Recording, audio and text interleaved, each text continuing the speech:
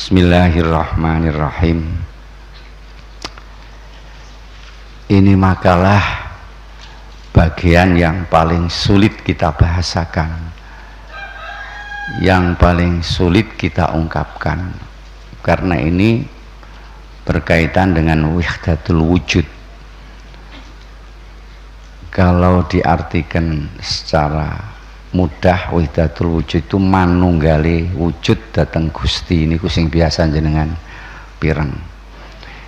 Ini tidak bisa diungkapkan, hanya bisa kita rasakan. Coba kula niku terus terang mawon blak-blakan sewengi niku mikir makalah niki mumet dhewe, akhirnya tak tinggal turu. Subi jenengan mangke raosaken. Jadi di sini Mbah Kiai Musonep memaparkan sesuatu bagian daripada makrifat, supados murid itu merasa semangat untuk mendapatkan ma'arif itu, daukon dengan rasa. Maka kemudian Mbah Kiai Musonep bicara soal wahdatul wujud, dan disendirikan di dalam satu rangkaian, dalam satu susunan. Niki dalam terjemah makalah niki dan mangke setelahnya niki banyak yang tidak menerjemahkan, ditinggal ini makalah. Tapi bagaimanapun ini tetap ada dalam makalah Mbah Kiai Musonep. Niki kula komentari dhisik, sebab mungkin sampai ora paham kan maklum. Jadi nggih, al-kaun kulluhu zulmah wa inna ma anarahu zuhurul haqqi fihi. Saya akan mengambil pengertian yang sederhana untuk kita saja, sebab ini ada dua pengertian ahlus syuhud. Makna ahli syuhud niku ya orang-orang yang selalu melihat Allah dalam kondisi apapun, dia melihat Allah. Ahli syuhud itu orang yang menyaksikan keberadaan Allah, kehadiran Allah di mana-mana, di tempat mana, di situ dia melihat Allah. Niku yang disebut ahli syuhud. Nah, kaun mukawwanat, sesuatu yang diciptakan oleh Allah dengan sifat kudrahnya dan yang ditampakkan oleh Allah datang hamba-hambanya, itu semuanya gelap. Menurut ahli syuhud ditafsiri adamun mahdun la wujudalahu, murni tidak ada, sama sekali tidak ada, itu hanya bayang-bayang saja. Lah menjadi ada, menjadi terang, kegelapan itu menjadi terang, itu karena ada penampakan Allah di situ. Karena zuhurul haq, pertelane Gusti Allah tenggene kaun niku. Mbah Kiai mengumpamakan seperti tampaknya matahari lewat loster kaca. Ketika sampean melihat lewat loster kaca itu, yang sampean lihat hanya matahari, yang lain-lain tidak sampean lihat, yang lain-lain tidak ada, hanya matahari yang kamu lihat. Demikian juga ketika kita melihat Gusti Allah, itu sebenarnya yang lain tidak ada. Menjadi ada itu karena anggapan kita menjadi ada itu karena penampakan Gusti Allah di situ, keberadaan, ojo penampakan, nah keberadaan Gusti Allah di tempat itu menjadi kita bisa melihat sesuai dengan watak sesuatu yang ada. Angel niki, angel toh. Niki tak gawe sederhana sih. Terus kaun itu yang diciptakan oleh Allah dengan sifat kudrohnya nggih bareng-bareng maujud. Ini semua tidak terlihat, gelap. gelap tidak ada, balikan daripada nur. Gelap tidak ada, menjadi ada itu karena ada Allah. Menjadi ada karena keberadaan Allah yang muncul di situ. Nah, berarti tanpa adanya Allah sesuatu itu akan tidak ada, tetap tidak ada. Nanti yang menjadi persoalan kita, lawang barang iku anani Gusti Allah, tapi kita malah tidak melihat Gusti Allah. Ini kan menjadi pertanyaan besar bagi kita. Nah, pun niku murad yang sederhana. Maka barang siapa melihat kaun, barang-barang yang wujud ini, kemudian di situ tidak melihat Allah, di sisinya tidak ada Allah, atau sebelum melihat tidak melihat Allah, atau setelah melihat tidak melihat Allah, berarti dia tetap di dalam kegelapan. Orang itu tetap di dalam kegelapan, tidak bisa melihat Allah. Jadi apa yang ada ini adalah gelap, menghalangi kita melihat kepada Allah. Mestinya ketika Allah itu ada, ketika Allah tampak di situ, kita akan sekaligus melihat Gusti Allahnya, tidak melihat barang-barang ini. Tapi kalau kita masih melihat barang-barangnya, malah tidak melihat Gusti Allah, berarti kita ini masih tetap di dalam kegelapan itu. Nah, ngeten niku. Pripun? Nggih. Tapi iso sampean rasake ten ati. Iso sampean rasakno. Misale kados ten mriki niki. Matahari itu tampak. Matahari itu tampak, sudah jelas ada. Sekarang ini matahari ada. Kenapa sama tidak melihat? Karena ada suhubil athar, karena ada mega-mega yang menutupi matahari itu. Gusti Allah itu ada dan sinarnya terang sekali. Kenapa kita tidak melihat Allah? Ya karena kita terhalang oleh maujudat ini yang diciptakan oleh Allah ini.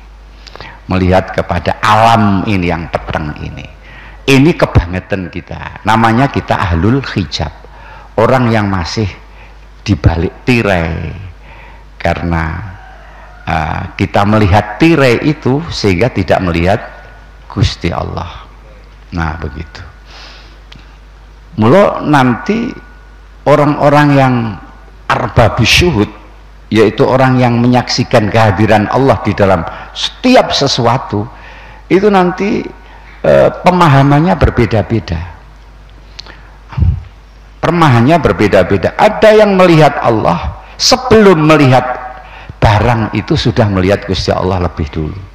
Ada orang yang ketika melihat baru dia melihat Allah. Ada orang yang setelah melihat kemudian dipikir panjang baru dia akan melihat Allah. Ada orang yang sama sekali tidak melihat qoblahu wa ba'dahu wa fihi, tidak melihat. Itu seperti kita di dalam ahlul hijab. Nah, karena kita terhalang oleh itu semuanya. Nah begitu. Nggih seperti itu.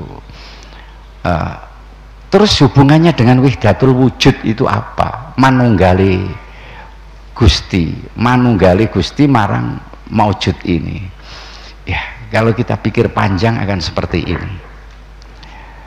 Gusti Allah membuat sesuatu yang segala yang ada di kanan kiri kita itu tidak ada bahan lain, tidak ada bahan, semuanya itu murni dari Allah.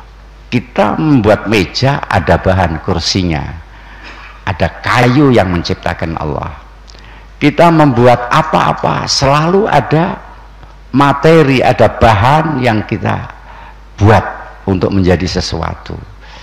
Tetapi Gusti Allah menciptakan sesuatu itu awal mula tidak ada bahannya, ya murni dari Allah.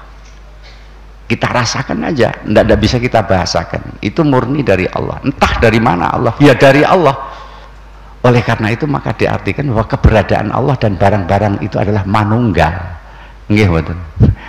nek kula damel kursi mboten saged kursi manunggal kalih kula mboten, karena kursi itu bahannya dari yang lain. Tapi kalau ketika sesuatu itu datang dari saya, tidak ada bahan lain kecuali dari saya, maka barang itu dan saya sepertinya jadi satu, tidak bisa dipisahkan. Ini sehingga ada pemahaman wahdatul wujud seperti ini. Nah, tidak apa-apa kalau realisasinya wahdatul wujud itu benar, itu tidak masalah. Tetapi kalau salah di dalam kita mengartikan, nanti kita bisa masuk di dalam dalil yang syubhat. Artinya kita akan terjebak kepada sesuatu bahwa itu Allah. Pandangan kita akan mengatakan bahwa itu Allah, ini yang salah. Jenengan kemarin-kemarin ketika kita belum mengulang, ada seorang wali ditanyakan, apa yang ada di sakumu? Yang ada di saku saya adalah Gusti Allah. Ini masalahnya seperti itu, karena dia memang merasakan betul setelah mengurai semuanya dengan perasaan, dengan dzauq, ini ternyata semuanya bermuara kepada Allah. Jadi kalau Allah itu tidak tampak, maka sesuatu tidak akan ada. Berarti penampakan segala sesuatu itu menyatu dengan penampakan, dengan keberadaan Gusti Allah. Yang menjadi persoalan bagi kita, tapi kenapa justru kita tidak melihat Gusti Allah ya? Hanya melihat mukawanatnya saja, akwannya saja. Ini persoalan kepada kita, persoalan yang harus kita tanyakan kepada diri kita. Ya karena apa? Karena zulmah, karena sesuatu itu peteng, tidak menghalang kita melihat kepada Allah. Tapi kalau zulmah menurut ahli suhud, justru tidak ada, itulah justru ini semua dianggap tidak ada, maka dia bisa melihat Allah dengan jelas. Ini kucing ahli suhud, kehadiran, merasa bahwa Allah itu hadir di mana-mana. Mula nek coro Iqadul Himam ngarani makalah ini kanggo wong ahlul hijab, wong sing kaling-kalingan karo pangeran, bukan ahlus syuhud. Kalau ahlus syuhud ndak ada, itu semua ndak ada, yang ada cuman Gusti. Malah dibahasakan dengan adamun mahdun. Ketika ada sinar Allah, semua tidak ada yang terlihat, hanya Gusti Allah. Tapi kita ketika sinar itu ada, justru kita tidak melihat kepada Allah, tapi melihat barang-barangnya niku kebalikan ahlul hijab. Nah ngaten niku, Allahu Akbar. Nggih, betul ini semua kitab saya kumpulkan. Kalau diterjemah niku sampai ono 6 terjemah. Tak jejer lajeng Iqadul Himam, lajeng terus gadane Ramadan Al-Buti, sajejer sing penterjemah sing rada gempung rasa diterjemah baik, iki masuk dalam ranah wahdatul wujud, rawan sekali di dalam akidah kita.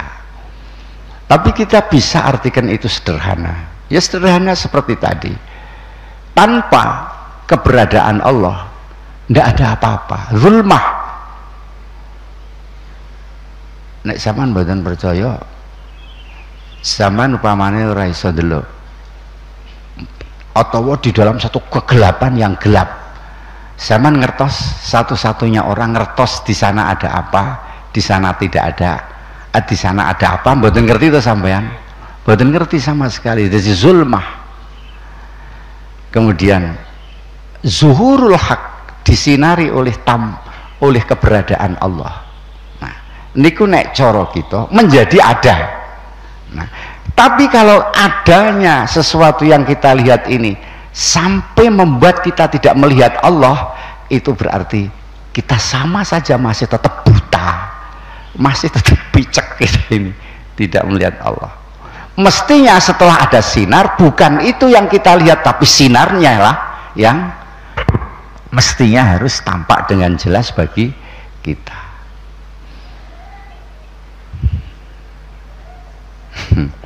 Nggih. Coba ini saya buka, barangkali ada diskusi. Memang saya juga butuh napa menika satu keyakinan dalam murad kula niku. Kados ngaten niku. Terus kados kala wau ketika ini baru saja kita melewati waktu malam, misalkan tidak ada listrik, tidak ada apa-apa, kita itu akan dandap-dandap melaku, tidak tahu jalan, natap sana natap sini. Kemudian ada matahari, kita bisa menjadi melihat, semuanya bisa terang. Tetapi anehnya kita itu tidak melihat mataharinya, hanya melihat apa yang ada ini. Ini namanya kita buta. Mestinya kita harus melihat matahari. Jika matahari itu tidak ada, maka kita tidak akan melihat lagi. Maka betapa menyatunya antara akwan ini dan Gusti Allah.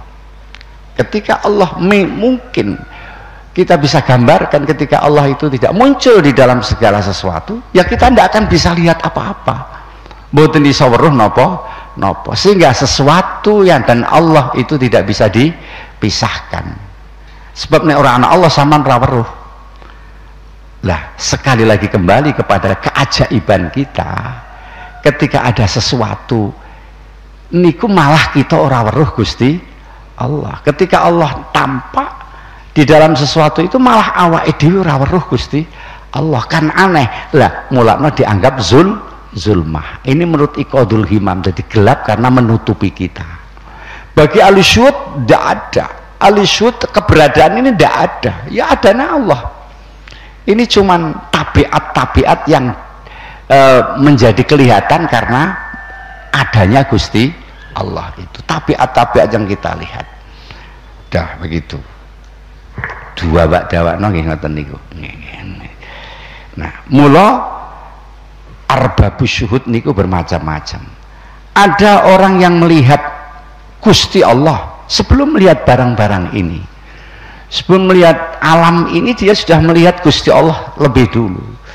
Ketika matanya tertatap pada sesuatu seperti binatang, orang itu sudah menangkap bahwa di situ ada Allah.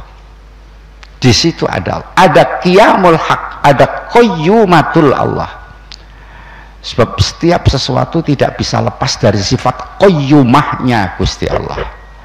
Dia tidak akan tidak ada ketika di situ tidak ada kudrah Allah, tidak ada qayyumah Allah. Maka ada orang ahli syuhud ketika melihat sudah tahu saya di situ ada Allah. Sebelum itu sudah ada Allah di situ. Kemudian baru menjadi ada itu sebagai bukti mawon. Nah, niku disebut sebagai napa menika ahli syuhud ngoten niku. Dan bisa dibacakan dengan ahli makom fana. Dia melihat Allah sebelum melihat makhluk. Dia tidak melihat makhluk sama sekali, karena bagi mereka keberadaan makhluk itu tidak ada. Dia gaib dari wasitoh, dari antara makhluk dan Allah tidak ada, adanya cuman Allah. Mulakno enten dawuhipun ahli syuhud maqam ma raaitu syai'an illa raaitullaha qablahu. Saya tidak melihat sesuatu kecuali sebelum itu pasti ada Allah. Ini tingkatan yang paling tinggi, tingkatan yang paling dhuwur. Ada orang yang melihat Allah setelah dia melihat sesuatu itu. Mudah-mudahan ini kita termasuk kita ini. Jadi bukan sama sekali kita tidak ahlul hijab, tidak. Kita melihat Allah.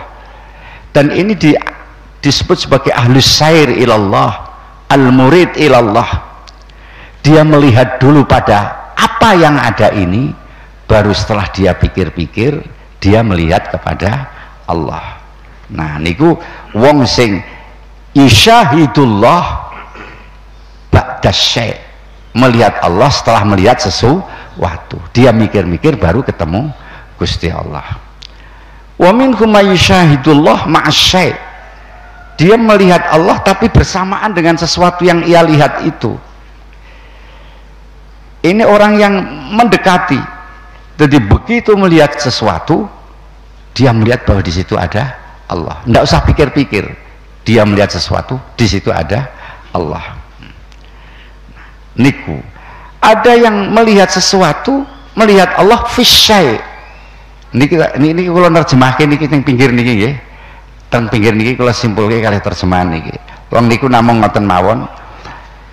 Jadi ada orang yang melihat Allah itu di dalam sesuatu itu. Di dalam sesuatu itu ada Allah. Muro enten dawuh ma raaitu syai'an illa raaitullaha fihi. Saya tidak melihat sesuatu kecuali saya melihat Allah di dalam sesuatu itu. Ini ahlul jalbi, orang yang sedang ditarik oleh Allah. Dia tidak melihat apa-apa, setiap melihat sesuatu di situ melihat Allah. Nah, kemudian kita jangan sampai yang seperti ini, ahlul hijab.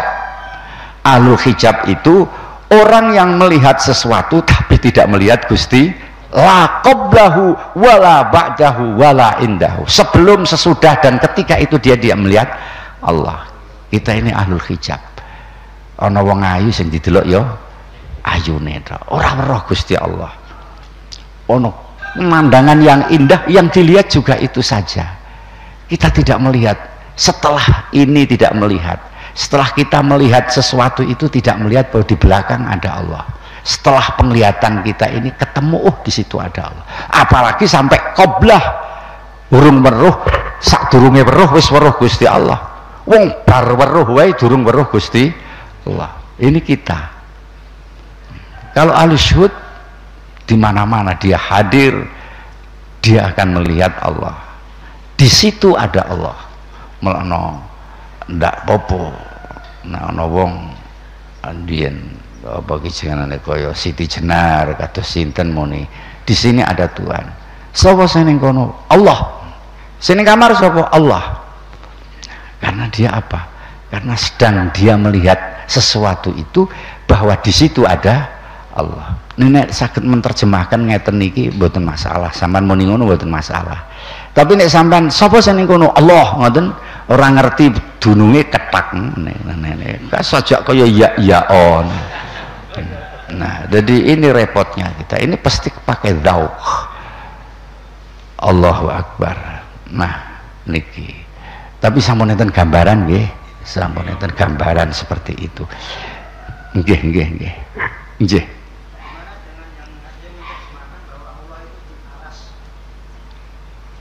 Nah, niku istawa alal arsy. Kata-katanya kan istawa alal arsy. Ngeten niki. Gusti Allah nggawe langit lan bumi niki, nggih, pun gawe kabeh. Langit lan bumi niki itu atasnya ada kursi, kursiyus samawati wal ardh. Di atasnya itu ada arsy. Nah, Gusti Allah itu memerintahkan arsy itu. Mboten Gusti Allah bertempat di arsy niku mboten. Tapi Gusti Allah memerintahkan arsy. Arsy itu lebih besar dari segala-galanya. Alam kita ini kecil dibandingkan dengan arsy. Di sana ada segala sesuatu ciptaan Allah. Sentralnya ada di arsy. Gusti Allah merintah alal arsy, maksudnya mboten Gusti Allah manggon ten riku niku mboten, tapi Gusti Allah perintah menguasai pada arsy. Kalau Allah menguasai pada arsy, otomatis kursiyuhu wa alam kita ini. Niki sing dimaksud istawa alal arsy. Kemarin sedikit sudah kita singgung. Jadi ada kan, bisa juga kan secara terjemah lafziah sampean muni Gusti Allah itu manggon, istawa manggon sapa Allah alal arsy. Padahal keyakinan kita Allah itu tidak bertempat. Nah niku maksudnya ngaten. Nggih, bisa diterima nggih. Nggih, seperti itu. Nggih. Nggih. Nggih, nggih.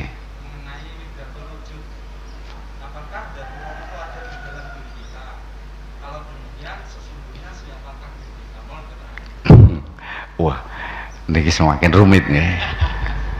Kalau wahdatul wujud, apakah Gusti Allah itu ada pada diri kita? Kemudian pertanyaannya, kemudian diri kita itu siapa? Nah, apakah kemudian diri kita itu siapa? Kalau Allah ada pada diri kita, bisa juga berarti kita ini adalah bagian daripada zat Allah. Pertanyaan itu logis, logis pertanyaan itu. Nah, niku pertanyaan itu harus kita takwili bahwa niki kula pakai versi sing boten arbabus syuhud nggih, sebab saya tidak syuhud. Kalau saya syuhud malah sampean ra iso paham upamane. Sebab alame beda. Nah, jadi Allah ada pada diri kita itu qayyumahnya Allah. Qayyumah niku sifat jumenengi ten riku. Sifatnya Allah yang ada pada diri kita. Niku maka kita bisa menjadi tegak, kita bisa menjadi bicara, kita bisa berjalan karena di sini ada sifat qayyumahipun Gusti Allah. Ini jawaban orang alusyuhud. Nek jawaban alusyuhud, wah ngeri malih. Jogonmu Gusti Allah, yokui Gusti Allah, tapi tidak usah dikembangkan. Mulakno nek ahlul hijab kados kula panjenengan ningali Gusti Allah lewat lantaran. Nek ahlus syuhud boten, ya melihat langsung dengan mata kepala, tapi dengan mata hati, melihat langsung dengan mata hati. Jadi kembali kepada pertanyaan, kalau Gusti Allah itu ada pada sesuatu fihi fisyai, maka apakah berarti sesuatu itu di situ dzatiyahnya Allah kan atau sifatnya Allah? Kita maknai aja adalah sifat Allah yang ada di situ. Jangan kita mengartikan dzatiyahnya, karena ini nanti sudah akan melanggar rambu-rambu syarak. Tafakkaru fi khalqillah wala tafakkaru fi dzatihi. Ada undang-undang syarak seperti itu. Sebab kalau jenengan tafakkur fi dzatihi tidak akan ketemu, karena Allah itu mukhalafatul lil hawadis. Nah, mulakno nggih ngaten nggih, nggih niku artinya. Jadi sifat qayyumahnya Allah yang ada di situ. Jadi bukan zatnya Allah. Nah, kalau zatnya Allah nanti sama dengan saya melihat sampean berjalan, saya melihat Allah. Nah, sana ada orang, saya melihat Allah. Oke, jenengan ada orang berjalan melihat Allah, ada orang cantik melihat Allah, ada orang tinggi melihat Allah. Artinya di situ kental sekali dengan petunjuk Allah, seolah-olah sesuatu itu menyatu dengan Allah. Nah, niki. Maka wahdatul wujud sekalipun menurut saya harus ditakwili. Kalau tidak ditakwili akan muncul pertanyaan seperti yang panjenengan tanyakan itu tadi, sehingga kita akan menyalahi hadis Rasul tafakkaru fi khalqillah wala tafakkaru fi dzatih. Enten hadis ngeten, engko kowe nek wis mikir iki, setan iki arep takon ngene, sing dadekke kowe sapa? Saman bisa menjawab, Gusti Allah. Pertanyaan setan selanjutnya, sing dadekke Gusti Allah sapa? Kalau sudah pertanyaan sampai di situ, kita diam, ndak usah dijawab. Itu ada keterangan seperti itu. Ya memang betul. Karena apa? Karena Allah mukhalafatul hawadis. Ndak bisa kita rekayasa dengan pikiran kita yang sifatnya hawadis. Ini pun sakit. Pertanyaan selanjutnya, ya percaya apa ora kowe? Nek ora percaya golek pangeran saliyane Gusti Allah. Malam yardha biqada'i falyatlub rabban siwaya. Sapa ora rido karo qada, keputusanku golek pangeran liyane aku. Iso ketemu sampean. Reca wala reca kok dikroyok laler ki apa? Sampean saged ngaten dan panjang masalahnya akan tidak selesai. Nah, Lajeng niki keanehan berikutnya di dalam makalah ini, hal yang sangat aneh. Nggih. Hal yang sangat aneh, mimma yadulluka ala wujudi qahri subhanahu an hajabaka anu bima laisa bimaujudin ma'ahu. Sesuatu yang menunjukkan adanya sifat qahr Allah, sifat pemaksaan Allah datang jenengan. Sampeyan niku di bawah qahrullah, di bawah pemaksaan Allah. Napa Gusti Allah ngaling-ngalingi sampean, tapi dengan sesuatu yang itu tidak bersama dengan Allah. Jadi seolah-olah Allah itu kaling-kalingan tapi ora ana sing ngalingi. Gusti Allah niku kaling-kalingan ora ana sing sampean ora weruh Gusti Allah, tapi sing ngaling-ngalingi niku napa niku sampean mboten semerep. Niku ajib sekali. Karena sesuatu yang ada itu tidak ma'ahu. Mboten bersanding dengan Allah, tidak bersama dengan Allah, tapi di dalam Allah.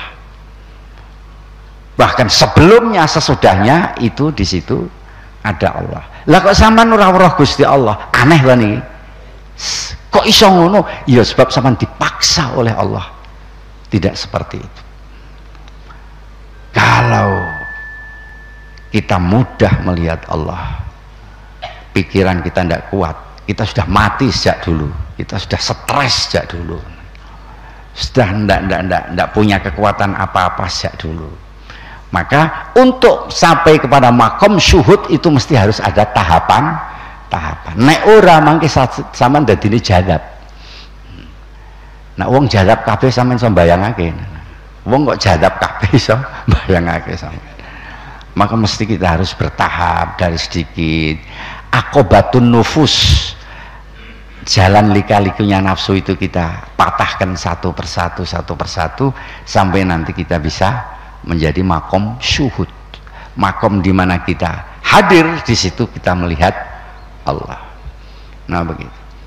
Jadi aneh awake dhewe nek mau dikandhake al kaunu zulmah wa anarahu wujudul haq atau zuhurul haq, niku segala sesuatu itu gelap, ndak ada.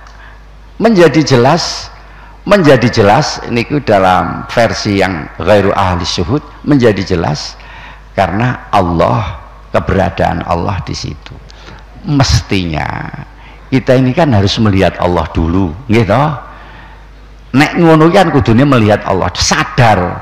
Nah niki seringnya wis mulai padang. Ketika gelap tadi, sampean mboten melihat apa-apa. Ketika srengenge kita tampak, mestinya sampean harus melihat matahari, harus sadar di sana ada matahari. Tapi kita tidak sadar kalau di sana ada matahari, adanya cuma wanita-wanita cantik saja. Nah, niki kalau bolak-balik nyontok kayak wanita cantik niki soalnya kula ngarep-ngarep iso mlebu swarga. Nah, sing ngene tafaulan. Widodari kan cantik-cantik kabeh. Mboten salah sampean napa-napa contohnya wanita cantik karena sampean berharap sok ben iso mlebu swarga. Nah, niki nek wong wedok kalau dibantah ngeten niki ora ngerti. Wingi kula dibantah. Bantan tak ame-aman. Kali bojo kula tiambak sing bantah. Sampean kuwi nek arep ketemu karo Gusti Allah, iku kudu ngilangi sifat-sifat elek atimu, takabur, iri, dengki. Wah, kula mun saged ya ngilang. Jajal nek kowe iso, bojomu kon wayuh. Kula kan mau ngaten to. Wah, mau niki nggih nerima, mbasan kula mau ngaten mboten nerima.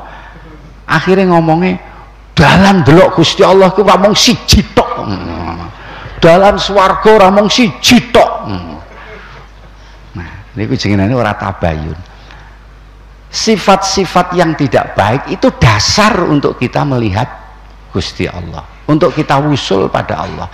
Saman lewat jalan mana saja, kalau hati masih kotor ndak akan bisa kepethuk wusul. Wis sampean wis aku tak sembahyang terus setiap malam, setiap siang hari saya mau puasa, zikir terus, tapi hatimu ijo ana takabur, ijo ana ujub, ijo ana iri dengki, ora bakalan iso teko ning Gusti Allah. Mendingan sampean biasa wae, dolanan biasa tapi hatimu ora ana rasa iri, ora ana rasa dengki. Ini Sayyidina Abdul Qadir Al-Jilani Berarti bukan karena salat saya bisa begini, bukan karena zikir saya, tapi karena hati saya yang bersih bisa ketemu Allah.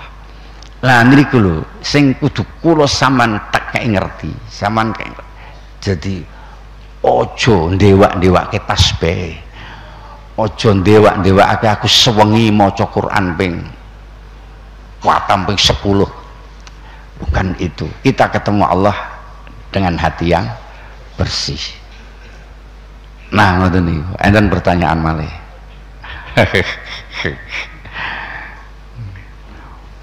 Iya.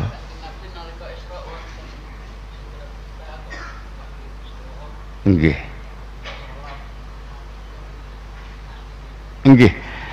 Apa yang digambarkan di dalam Isra Mi'raj Rasulullah itu untuk sampean tak kandhani sik sadurunge. Apa yang dilakukan oleh Kanjeng Nabi itu untuk konsumsi orang awam. Ngerti sampean? Untuk konsumsi orang awam, untuk konsumsi umat. Hal-hal yang sifatnya rahasia Rasulullah sering tidak menyampaikan. Nek koyo ketemu Gusti Allah, kok sajake kok harus pakai perjalanan yang jauh. Kok Sidratul Muntaha lagi ketemu Gusti Allah. Niku sampean bisa mengartikan itu adalah tahapan-tahapan untuk menghilangkan nafsu sampai ketemu Gusti Allah. Jadi mulakno Isra Mi'raj itu sesuatu yang tidak bisa dinalar sebenarnya. Hanya kita bisa mereka-reka. Allah wong kuwi kersane Gusti Allah. Saiki jam piro? Saiki jam 6. Kowe kepengin jam 12 nek diputer ya iso. Dalam 1 menit iso tekan jam 12.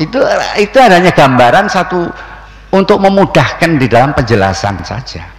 Jadi harus perjalanan jauh menuju kepada Allah. Itu artinya Gusti Rasulullah memberikan satu pelajaran bahwa kita ketemu Gusti Allah itu harus memakai perjalanan yang jauh. Karena perjalanan jauh itu tidak ada lain adalah menghilangkan nafsu. Mula wingi enten makalah, sesuk enten makalah. Janjane kita menuju kepada Allah itu tidak ada jarak. Nopo mang aduh ning Mekah. Wong antara kita dan Gusti Allah itu tidak ada jarak. Dan tidak ada salah-salah apa-apa. Apa kita semula berseteru dengan Allah, njaluk ngapura sik gen ketemu Gusti Allah, tidak ada. Yang ada, yang membuat ada jarak itu adalah nafsu kita. Gambarannya kayak begitu. Jadi orang-orang transparan apa anane mboten. Inilah kalau kita sudah bicara seperti ini memang harus jeli banget. Kita jangan sampai terlibat kepada satu khayalan di mana nanti akan terjebak dalam Gusti Allah itu merupakan jasad. Gusti Allah itu sama dengan kita, tidak mukhalafah lil hawadis. Nggih. Bagaimana kita cara melihatnya gimana? Hati kita. Dengan mata batin kita. Menghayalkan gimana? Iya. Itu. Ini tadi jenengan semua baru saja melihat Allah ini. Baru saja sampean melihat Allah dengan hati kita. Mulakno ning kene dikandhake. Ini hanya dauk, tidak bisa kita bahasakan. Ahli syuhud pun kekurangan bahasa untuk menjabarkan dengan karena ini adalah sudah di luar nalar. Hanya kita bisa ngerti dengan hati kita. Coba sampean merenung sedelo. Oh iya. Hati-hati, sebab sampean nek tak takok ngene, sampean kok percaya karo Gusti Allah ta? Percaya banget. Lah piye sebabe? Wong ora weruh, ora piye-piye. Lah iya, kan dengan hati kan, wong ora weruh kok percaya. Sampean percaya mboten? Piye carane sampean percaya? Dari hati, dari zauk ini. Nggih seperti itu, betul. Saya yakin, saya mantap. Lah nek kula nerangke kok mboten mantep niku nggih. Nggih Pak. Mantap saya seperti itu. Dan kalau ini sudah berkaitan dengan hal yang mukhalafatul hawadis, tidak boleh kita reka-reka dan kita gambarkan seperti sesuatu yang hawadis. Setiap kita menemukan keterangan seperti itu, kita harus mentakwil. Saman ngerti? Enten hadis ngeten niki ten mriki niki enten hadis Gusti Allah niku takon, loh kowe napa kok ora tahu nemoni aku? Napa kowe kok ora tahu nemoni aku? Loh bagaimana Gusti saya bisa menemukan kamu? Kapan kowe tilik wong loro padha karo kowe ketemu aku? Kapan kowe sedekah karo wong fakir miskin padha kowe karo ketemu saya ada di situ. Ini ada hadis yang seperti itu. Besok insya Allah itu akan ada hadis itu. Jadi kita dimanapun bisa kita menemukan Gusti Allah. Indahu qablahu ba'dahu. Kita tilik tiang sakit, di situ kita akan ketemu Gusti Allah. Karena ketika ada orang sakit, di situ ada rahmat Allah. Karena tilik ada pengapura Allah. Begitu juga orang nilik orang fakir, nilai semuanya. Nah ini gambaran mawon seperti itu. Kita silaturahmi itu berarti kita ketemu dengan Allah. Nilu sampun dalam tingkatan seperti ini. Artinya ketemu dengan rahmat Allah. Niku paling gampang kita artikan. Jadi bukan ahli syuhud, ahli syahadah sing iyanah sing cetha, itu bukan ranah kita, bukan tingkatan kita. Maka saya tidak bisa menerangkan yang seperti itu. Nah, lebih perasaan saya bisa memahami. Karena apa? Ya karena saking dekatnya kepada Allah. Jadi ma ra'aitu syai'an illa annallaha qablahu, ma ra'aitu syai'an illa ra'aitullah qablahu, ma ra'aitu syai'an illa ra'aitullah ba'dahu, ma ra'aitu syai'an illa ra'aitullah fihi. Tergantung kepada kedalaman ilmunya ahli syuhud niku piyambak. Nggih.